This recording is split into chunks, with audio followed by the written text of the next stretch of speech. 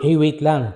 Bago mo i-MyDay ang utang mo, bayaran mo, Maring Claire, diyan sa FB wall mo o sa mga group pages, mag-isip ka muna.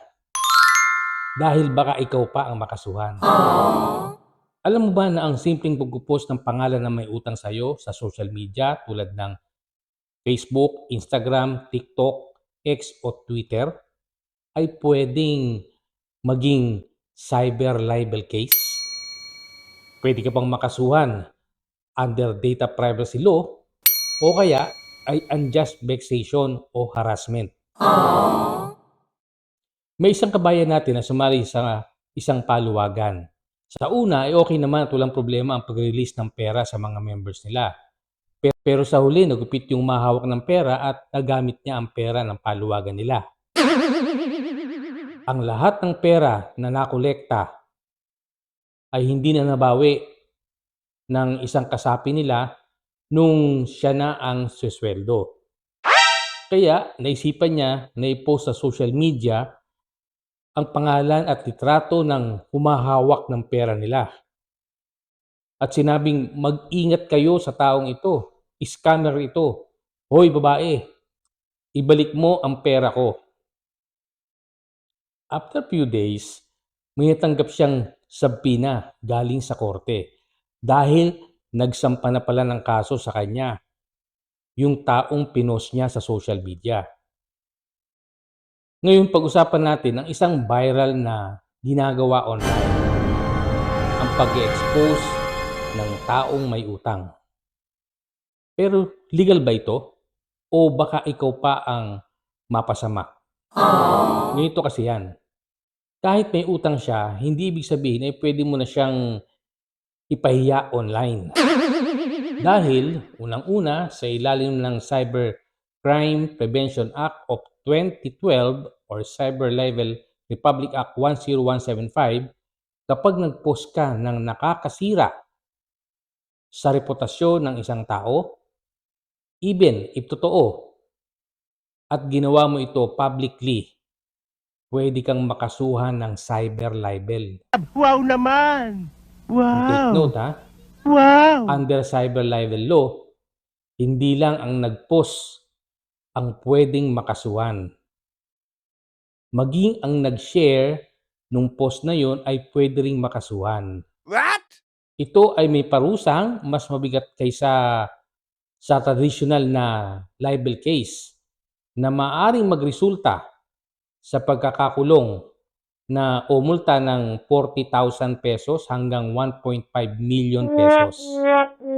Ang pangalawang kaso ay ang Data Privacy Act or Republic Act 10173. Ito ang batas sa Pilipinas na nagpoprotekta sa personal na impormasyon ng mga individual. Oh my God! Yung paglalagay mo sa social media ng buong pangalan, picture o personal information ng isang tao without consent could violate the Data Privacy Act. Lalo na kung ginagamit mo ito para i-shame o i-harass siya. Ang mga paglabag ay maaaring magresulta sa pagkakakulong 1 hanggang 3 taon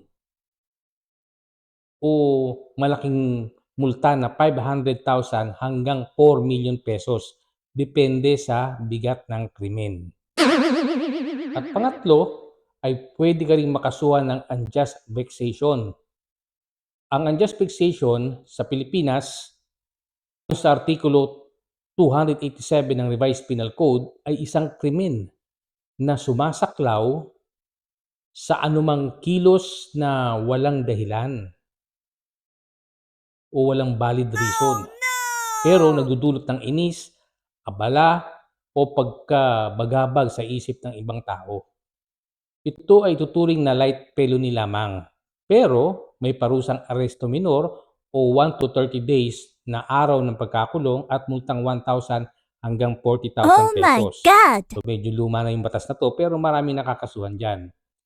Kaya tandaan, pwede ka ring makasuhan ng harassment o unjust vexation kung ang post ay nakakahiya, nakaka-stress, nakakapahiya sa publiko.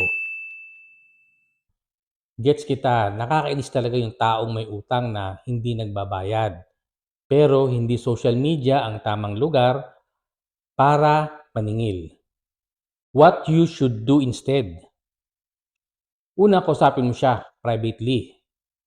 Pangalawa ay mag-set ng payment agreement or humingi ng promissory note. Kung ayaw talaga magbayad, dumaan sa legal na paraan. Like, mag-file ka ng small claims sa court or kasuhan siya ng estapa. Yung taong nagtangay ng pera nila. Gaya sa case nung nasa paluwagan. So ano ba itong estapa? Ang estapa ay panloloko kung saan may tiwala kang ibinigay sa isang tao. Halimbawa, siya ang tagahawak ng pera, pero ginamit niya ito sa maling paraan o tinakbo. So next time na gusto mo mag-post, tanungin mo muna sarili mo, handa ka na bang makasuhan? At sa mga may utang dyan, o pinagkatiwalaan kayo ng pera ng ibang tao, matuto kayong magbayad. Tandaan na ang pera mawala ay may babalik, pero ang tiwala o kredibilidad na nawala, mahirap ibalik kung ito ang nawala. Kung meron kayong experience na ganito, ay mag-message kayo sa baba ng video na ito kung meron kayong tanong at i-share nyo sa mga taong palagay nyo ay makikinabang sa video na ito. See you on my next videos.